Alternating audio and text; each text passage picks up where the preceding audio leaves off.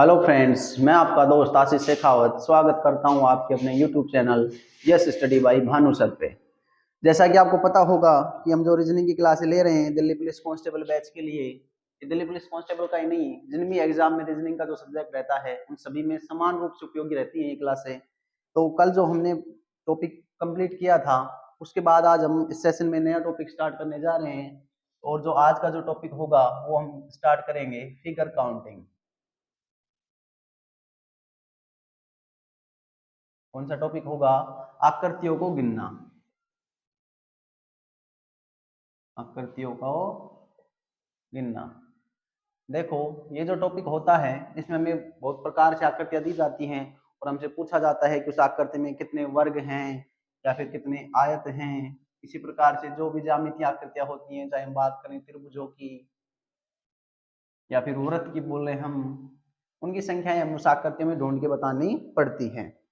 तो आज का जो हम स्टार्ट करेंगे उसमें हम सीखेंगे कि वर्गों की संख्या कैसे गिनी जाती है। तो आज का जो अपना जो टाइप रहेगा, फर्स्ट टाइप रहेगा, उसमें हम सीखेंगे वर्गों की संख्या गिनना। इसी प्रकार हम सभी ज्यामितीय आकृतियों को लेंगे टाइप वाइज। तो जो टाइप फर्स्ट होगा उसमें हम सीखेंगे कि वर्गों को कैसे गिना जाता है, वर्गों को गिनना। देखो, सबसे पहले हम बात करें वर्गों की, तो वैसे हमें पहले ये पता होना चाहिए कि वर्ग क्या होता है, वर्ग किसे कहते हैं। हम जानते हैं कि वर्ग एक द्विविमीय आकृति होती है। कैसी आकृति होती है? द्विविमीय, मतलब इसमें दो विमाएं होती हैं, एक लंबाई होती है, एक चौड़ाई होती है। एक क्या होती है? लंबाई होती है और चौड़ाई होती है। तो जिसमें दो विमाएं आती हैं उन्हें कौन सी आकृति कहते हैं? द्विविमीय आकृति कहते हैं। इसके बाद हम बात करें कि जो वर्ग में जो भुजाएं होती हैं, वो कितनी भुजाएं होती हैं वर्ग में? इसमें चार भुजाएं होती हैं। कितनी भुजाएं होती हैं? चार भुजाएं होती हैं। देखो, एक, दो, तीन और चार। और इसमें जो चारों भुजाएं होती हैं वो समान लंबाई की होती हैं। चारों भुजाएं कैसी होती हैं? समान लंबाई की। जैसे हम बात करें कि ये भुजा दिख रही है, यदि हमें कह दिया जाए कि ये 10 मीटर की भुजा है, कोई कितने मीटर की भुजा है? 10 मीटर की भुजा है।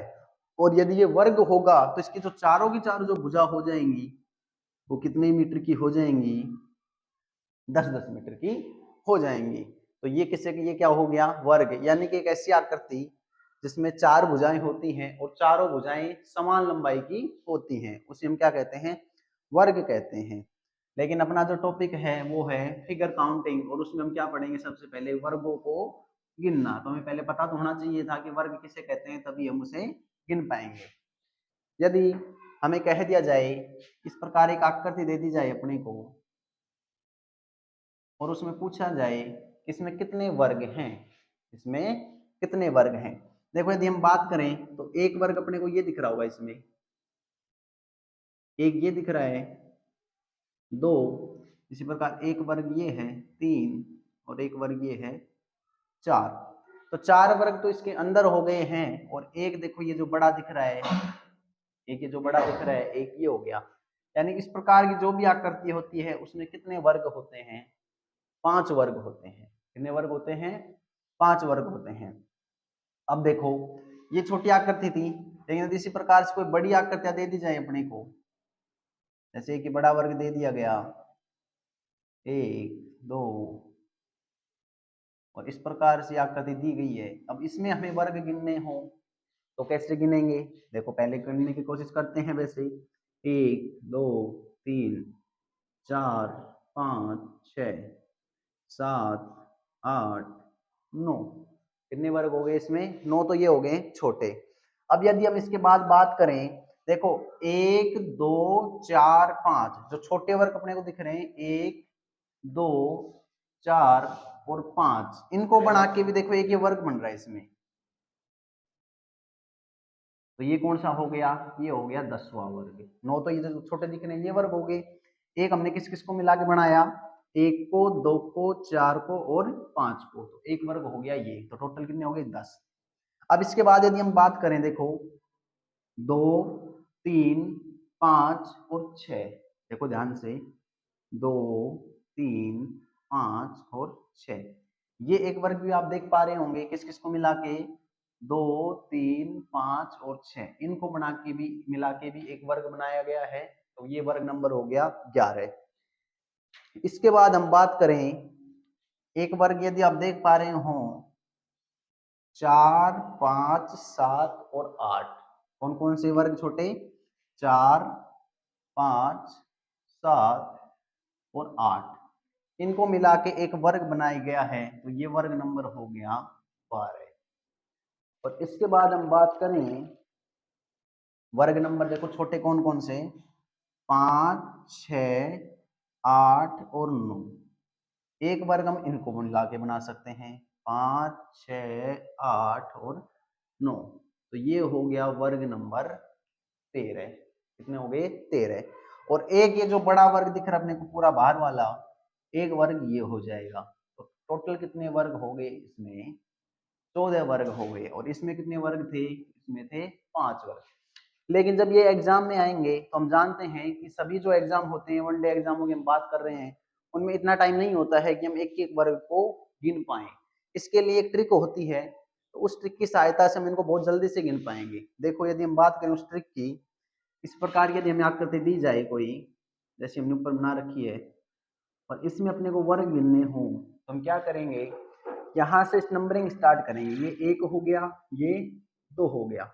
इसी प्रकार जो नंबरिंग की है, इसे ऊपर की तरफ भी नंबरिंग करनी है। 1 यहाँ पे है और यहाँ पे कितना आ गया, यहाँ पे आ गया 2। अब हम क्या करेंगे, अब हम करेंगे इसका वर्ग करेंगे और इसका वर्ग करेंगे। इसका वर्ग करेंगे, 2 का करेंगे और 1 का वर्ग करेंगे। 2 का वर्ग करेंगे तो आएगा 4 और 1 का वर्ग करेंगे तो आएगा 1, और 4 और 1 को जोड़ेंगे तो कितना आ जाएगा, 5 आ जाएगा। तो इस प्रकार की जो आकृति होती है उसमें देखो कितने वर्ग आ रहे हैं, 5 वर्ग आ रहे हैं। अब यदि हम बात करें इस प्रकार के वर्ग की, जैसे इसमें हमने 14 गिने हैं, यदि इसको हम ट्रिक की सहायता से गिनना चाहें तो किस प्रकार से गिनेंगे। देखो बनाते हैं वापस एक वर्ग हम,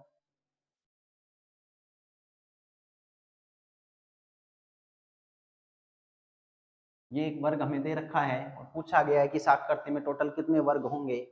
तो जैसे हमने इसमें नंबरिंग की है, यहाँ से नंबरिंग स्टार्ट करेंगे, 1 2 3, जिस प्रकार इधर नंबरिंग की है उसी प्रकार से ऊपर की तरफ भी नंबरिंग करेंगे। 1 के बाद आता है देखो 2, और 2 के बाद आ गया 3। अब हम बात करें, देखो हमने क्या किया था, इनका वर्ग किया था, देखो 2 का वर्ग किया था 4 और 1 का वर्ग किया था 1, तो 4 और 1 कितने आ गए हैं, 5। इसी प्रकार हम इसमें भी वर्ग करेंगे, देखो पहले करेंगे 3 का वर्ग, कितना आ जाएगा 9, फिर करेंगे 2 का वर्ग, कितना आ जाएगा 4, और फिर करेंगे 1 का वर्ग, और 1 का वर्ग कितना होता है 1। यदि हम इनको जोड़ दें, 9 4 13 और 1 14, कितने हो गए, 14 वर्ग हो गए। देखो हमने इसमें जब गिन के देखा तब भी 14 वर्ग आ रहे थे, और इस प्रकार से जो ट्रिक हमने यूज किया उससे भी कितने वर्ग आ रहे हैं, 14 वर्ग आ रहे हैं। लेकिन ध्यान से हम देख पा रहे होंगे, इसमें जब हमने नीचे ऐसे लाइनों में नंबरिंग की है तब भी कितने आ रहे हैं, 3। और ये जो हमने स्तंभों में, ये जो ऊपर की तरफ हमने स्तंभों में जो नंबरिंग की है, तो ये भी कितने आ रहे हैं, 3। यानी कि इसमें लाइनों की संख्या और स्तंभों की संख्या क्या है, समान है। लेकिन कई सवाल ऐसे भी आएंगे जिनमें लाइनों की संख्या अलग होगी। जैसे हम बात करेंगे एग्जाम्पल से, हम बात करें एक एग्जाम्पल से,